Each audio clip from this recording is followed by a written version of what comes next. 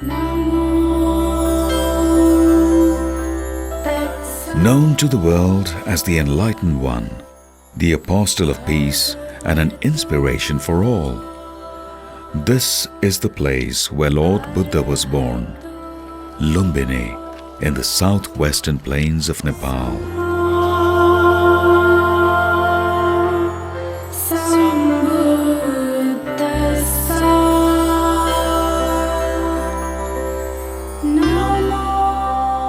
Buddhism spread from the Himalayan foothills to Sri Lanka, Japan and China.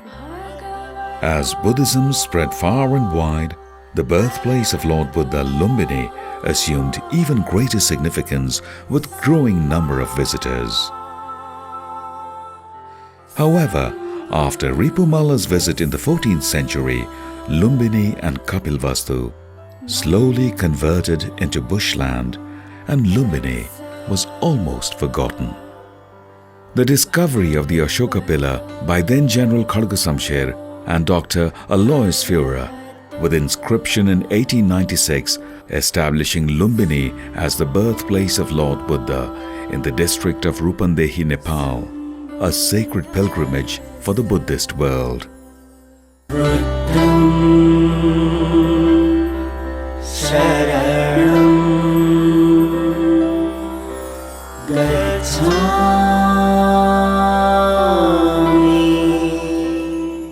According to Buddhist literary sources, around 623 BC, Queen Maya Devi was on her way to Devdaha, her maternal home. Enjoying the luxuriance of Lumbini garden, suddenly a pain she feels, knowing what is to come. She enters the Pushkarini pond to cleanse herself.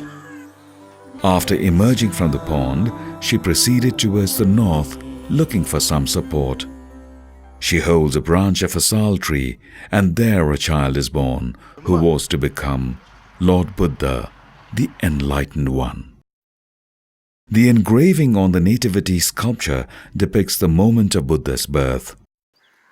The visit of Emperor Ashoka in 249 BC is significant because of the installation of the Ashoka pillar with inscriptions that provide epigraphic evidence. The inscriptions describe King Piyadasi Ashoka, the beloved of the gods, in the 20th year of reign, himself made a royal visit. Shakyamuni Buddha was born here, therefore, the birth spot, marker stone, was worshipped and a stone pillar was erected. The Lord having been born here, the tax of the Lumbini village was reduced to the 8th part only. Emperor Ashoka also reset the nativity statue and built many stupas and Buddhist edifices beside the Ashoka pillar. According to the Chinese traveler Huinsang, who visited Lumbini in the 7th century, the top of the pillar carried a statuette of a horse. However, the horse was knocked off by a thunderbolt that struck the pillar. Several accounts of ancient travelers and the findings of research scholars and archaeologists establish Tilaurakot, 28 kilometers west of Lumbini, as the capital from where King Suddhadhana ruled.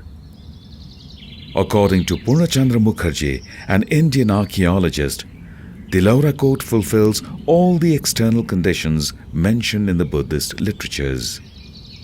This is where the Buddha spent his childhood as Prince Siddhartha, as he grew up to adulthood in regal splendor. As a worthy suitor, he married Yashodhara, a princess of the neighboring kingdom of Kolia. Devadaha, 55 kilometers northeast of Lumbini, was the capital of Kolia kingdom. Devadaha is referred in many Buddhist texts. So Devadaha should be there. And the story of, the Kapilvastu kingdom, without concerning with Devadaha, cannot be complete. The whole region is called Devadaha. So there are many archaeological sites, and still we have to wait to tell you the exact spot. This represents Devadaha. The focus still remains around Tilaurakot, where Prince Siddhartha and Princess Yashodhara are blessed with a son, Rahul. However, the turn of events and Prince Siddhartha's encounter with the harsh realities of life take him in a different direction. These experiences compel him to reflect deeply on the meaning of existence, and at midnight on Monday, during the full moon of Ashad, July, he renounced all worldly pleasures as he rode his horse Kantaka out through the eastern gate of the Tilorakot palace in search of salvation, accompanied by his charioteer Channa. Years of severe penance, meditation and travels followed as he adopted the middle path until he attained enlightenment in Bodh Gaya of present-day India. Lord Buddha delivered his first religious sermon in Sarnath, India, and a series of religious discourse and preaching followed. 6 years later, at the invitation of his father King Suddhodana, he returned to Kapilvastu from Rajgriha after attaining Buddhahood. The king, his father, had made arrangements for the Buddha and his disciples to stay in Kudan, 4.5 kilometers south of Tilorakot, because of his refusal to stay at the royal palace. Later, Lord Buddha, along with 300 disciples, was invited to Tilorakot by the palace. This was a congregation attended by childhood friends and others, besides disciples, who accompanied Lord Buddha through his tours. All of Buddha's curious friends and relatives were in attendance, all except Princess Yashodhara.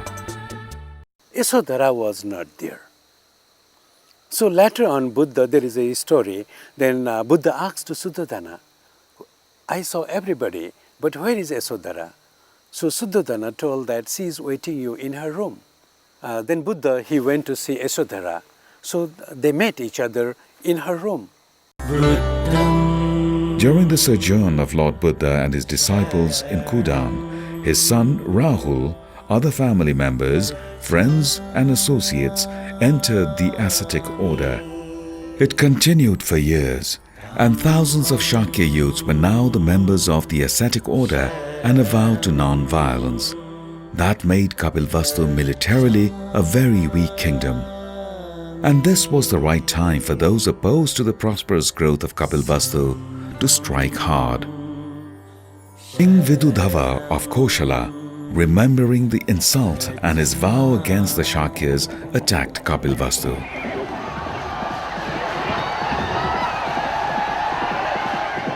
Vidudhava gained victory over Kapilvastu easily.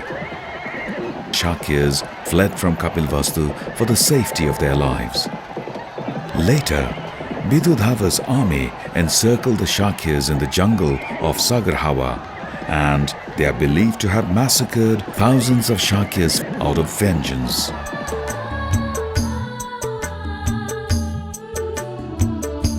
Following the tragic incident at Sagarhawa, Lord Buddha is believed to have visited and comforted the people one last time. After that, Lord Buddha continued preaching and delivering sermons in different parts of India, attracting disciples and a large following wherever he went. By now, Buddhism had spread far and wide, and the enlightened one had already started contemplating Mahaparinirvana. As he was approaching 80 years of age, the visionary had already realized there was not much time left and had decided to attain Mahaparinirvana in Kushinara. Lord Buddha is believed to have shared his thoughts with his cousin and favorite disciple Anand. Lord Buddha attained Mahaparinirvana in Kushinara, and his relic was divided into 8 equal parts.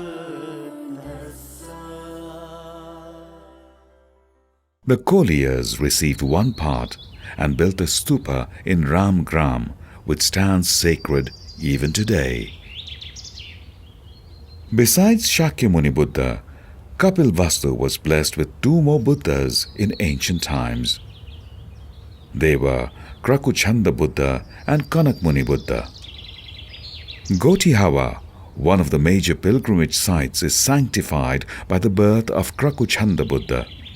This has been ascertained by the pillar erected by Emperor Ashoka in 249 BC. This is also an important site for the devotees. Another sacred site is Niglihawa, the birthplace of Kanak Muni, the second Buddha of Bhadrakalpa. This site shelters the Ashoka pillar broken into two pieces. The lower part, submerged in the ground, bears the inscription, while the upper part lies on the surface. Also significant is Arorakot, 3 kilometers northeast of Niglihawa. This rectangular fortified area is believed to be the natal town of Kanak Muni Buddha.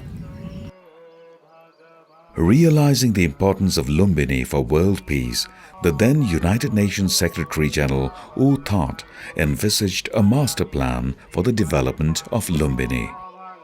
In 1978, the master plan of Lumbini was approved by the United Nations and the government of Nepal, which Professor Kenjo Tange of Japan materialized. The master plan had three distinct components: sacred garden, monastic zone, and new Lumbini village.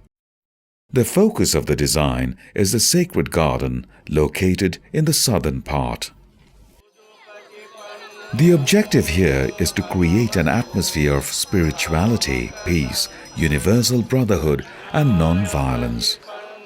The sacred garden shelters the freshly restored ancient monuments at the center, with lush forest and water body surrounding the complex.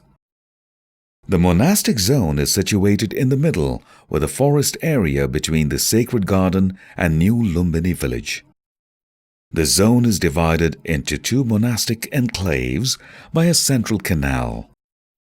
There are 13 plots of land in the East Monastic Zone of Theravada, where numerous Buddhist organizations have constructed monasteries and meditation centers.